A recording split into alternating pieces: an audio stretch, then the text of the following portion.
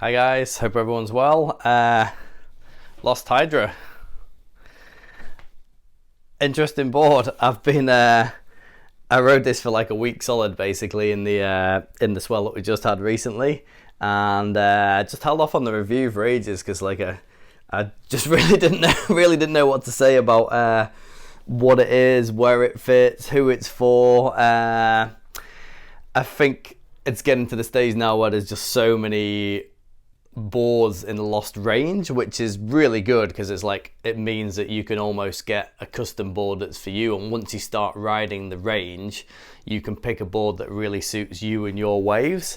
I think the problem with that gets to be the nuances between them and what people want for different waves gets so confusing that at some stage it's a bit of a brain fade for some people, hey? So it's I suppose that's the beauty of people like me doing the reviews on them for the regular guys. But yeah, when it comes down to the nuances and the differences and which one should you go for which ways, it's starting to get a bit of a struggle with Lost, which is great because there's masses of range. But yeah, no, I was just thinking about the Lost range in general, and I was just thinking there's some boards that have kind of superseded others, and there's some boards that the old board would still be a great board, they just do different jobs. So it's actually worth looking at the whole range and the whole Lost back catalogue and really being sure about what you're wanting for what waves. There's some great reviews from Real Water Sports, and then Noel Salas has done a lot, and I've done quite a lot myself. So one thing I'd say is don't be scared of looking through the back catalogue, and I've spoke to people that have got Lazy Boys and Easy Toys and RVs and things that still absolutely love them, and then there's certain boards that have been they kind of have been refined and improved, so the newer boards might be better than the older ones, but quite often there's still some old boards that would be really good for you, and the concaves that can suit your waves and all the rest of it. So anyway, I'll stop waffling about the general Lost, but yeah, this is the Hydra. Mine is 5'11", 22 and a quarter and 2.7, so it's just a stock 5'11", 40 litres. Really like the look of this outline shape.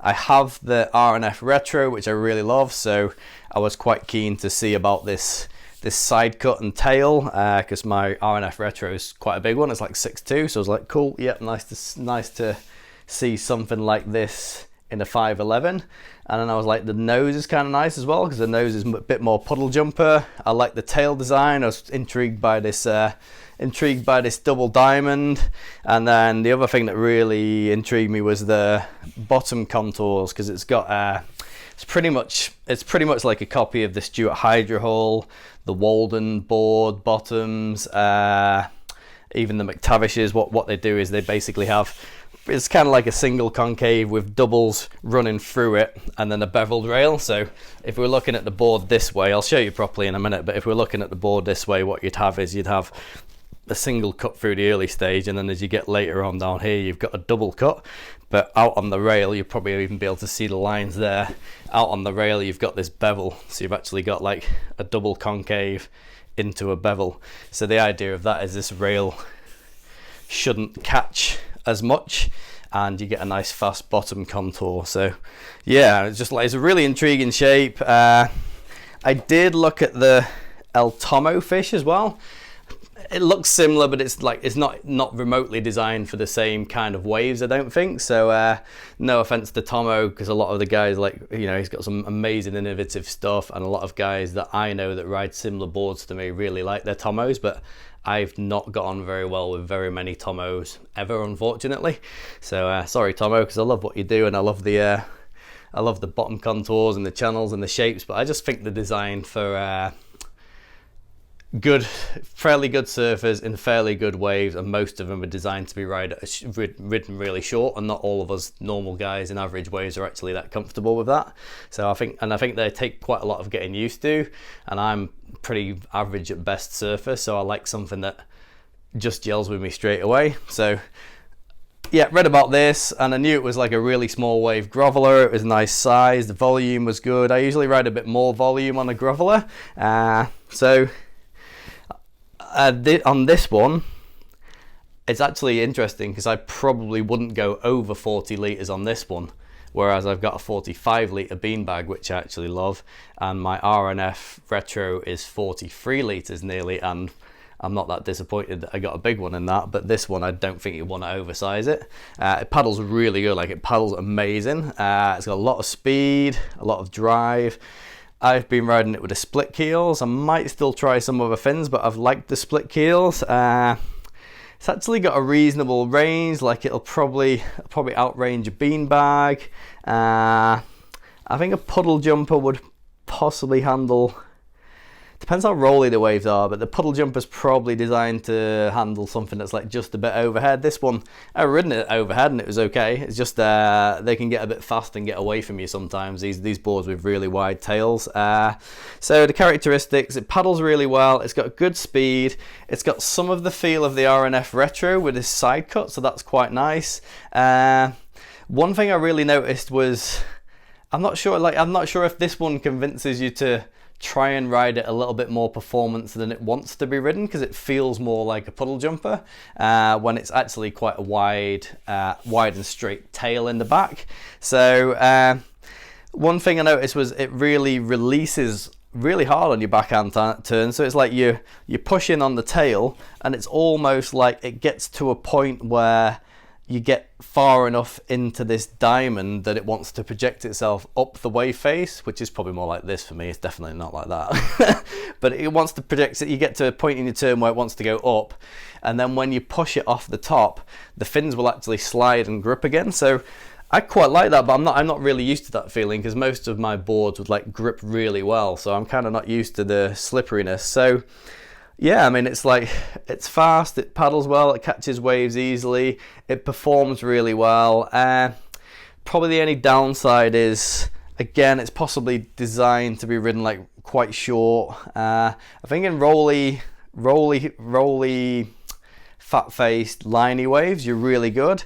The only thing I did notice is this kind of design I've had before, and it's like it can sometimes catch on your backhand, because it surfs so well on your forehand that you try and do the same on your backhand, and you forget that you're not on like a Psycho Killer or something. You're actually on like something that's probably a lower down raised in a puddle jumper.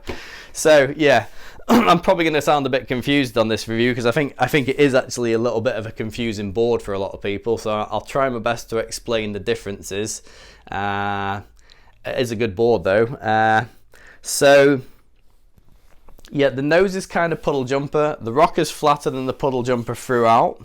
The speed and glide is on par with RNF Retro. Possibly even more if you're riding it litre for litre. The release is really nice. The turns are good. It's quite snappy for what it looks like. It's actually got a little bit of range. And it could possibly be a little bit catchy on your backhand if you're not applying pressure right. One thing I found on this, which is really cool, is I don't get it very often, but my back foot was landed on deck grip every time. So that's one good thing about riding a short board. I find that I actually can put my feet where it's supposed to be on the fins. So maybe that also changes your turning experience. I wasn't sure if this quad cluster, the back quads, were maybe a little bit further up than they normally are, because there's that sort of release in the tail, or whether that's this shortened rail line with the diamond.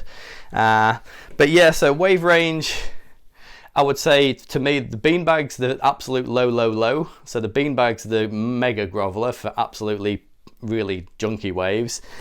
This is towards that level. So I would say if you were getting this and you don't have anything else, it's probably a different decision. But if you've got a beanbag or a puddle jumper, this kind of sits in between. So if you didn't have a beanbag or a puddle jumper, and you've got something like a Quiver Killer or a Psycho Killer, and you've got everything up from there covered. So basically, if you've got shoulder to overhead covered, this could be a really good grovel board for you.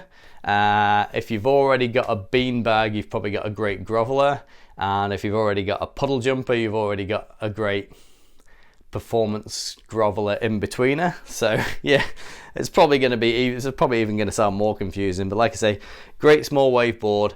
I would ride this board in probably, if you're a pretty good surfer, you could ride it in like you could ride it in knee high if you wanted to, but realistically it's a waist to just a bit overhead is where it's really going to excel.